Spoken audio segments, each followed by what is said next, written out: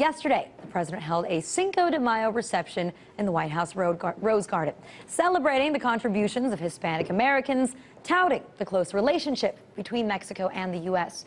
And the president also pandered to the Hispanic vote once again by promising that he wants to sign a DREAM Act into law. He said that he, quote, has his pens all ready.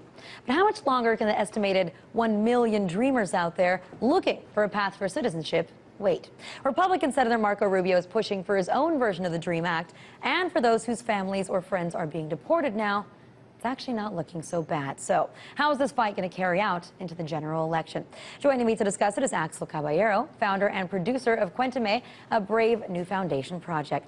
Axel, thanks so much for joining us again tonight. And for starters, I mean, what's your take on this speech that the president gave in the Rose Garden? It's his opportunity to talk about immigration reform again, the DREAM Act again, say that these are top priorities of his administration. But do people buy it still? Well, I think that there is an interesting dilemma happening right now. There are a portion of Latinos, particularly young Latinos and young immigrants, who still believe that there can be done, that something can be done by this president, that something can be done by this administration, that it can be pushed forward.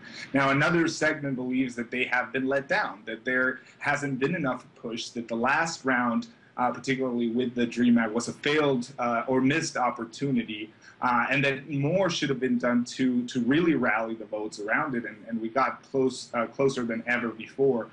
So I think that, you know, right now, as elections are happening again, the rhetoric starts on both camps, and that's what we're seeing. Suddenly, the DREAM Act is back, you know, as a main campaign issue, and that's why we have a potential Vice President nominee, Marco Rubio, as well as the president, talking about this most crucial and most elemental issue right now.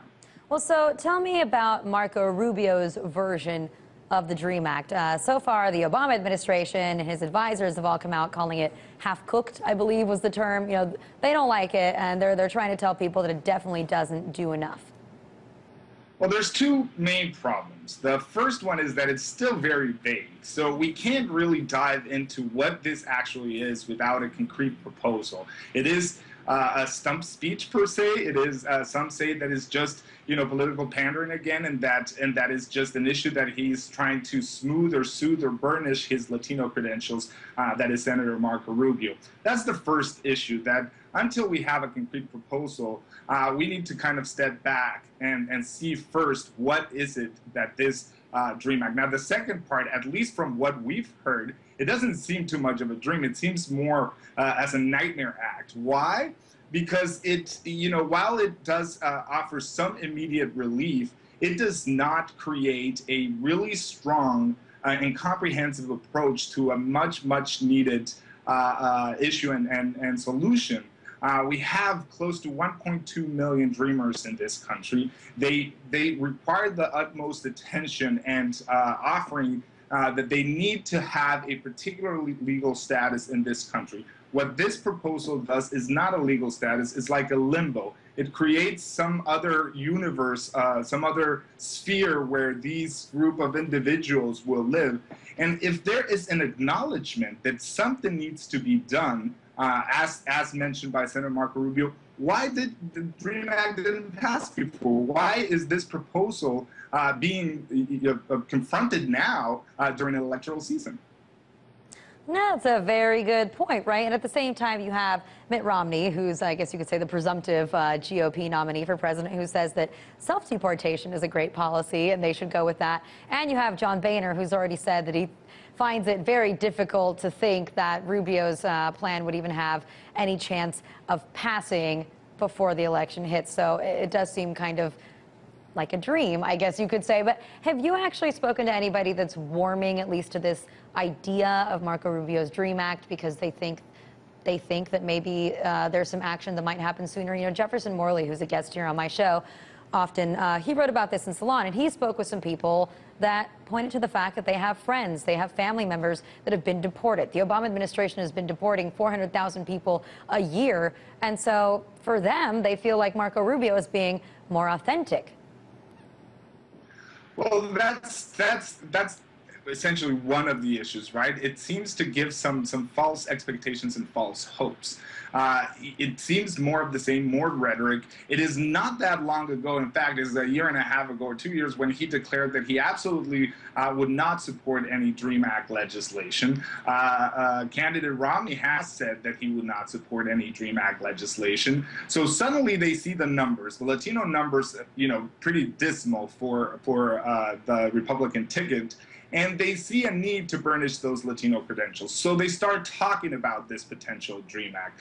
But if their own party is saying that there's absolutely no possible way that they would really warm up to the idea, if there's no real support, and if this is a half measure, like a 3/5 compromise, some have called it, then what it is pure rhetoric, and it's false hope, and it's dangerous. It's dangerous for 1.2 million dreamers here who are desperate, who are in need, who are really counting on legislators to make the right decision and make the right choice. And instead, what they're getting is this half-measure approach that seems to be more of the same, more rhetoric and less action. And let me just clear up for our viewers, too. We've spoken about this a lot before, but the dreamers that we talk about, these are young people that came here at a very, very young age with their families, that have grown up in the United States, that have gone to school here, that, in every sense of the word, are American, right? This is the place where they've been educated. This is the home that they know, but they don't have any documents. They don't have a pathway to citizenship, and so they are stuck in this horrible limbo, like you said.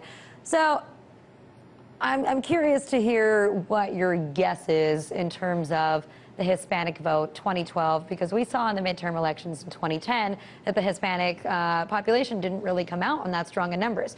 Right now, if they're frustrated with everybody, are they going to come out strong? Are they just still going to say, fine, we'll deal with Obama and give him another shot, or what?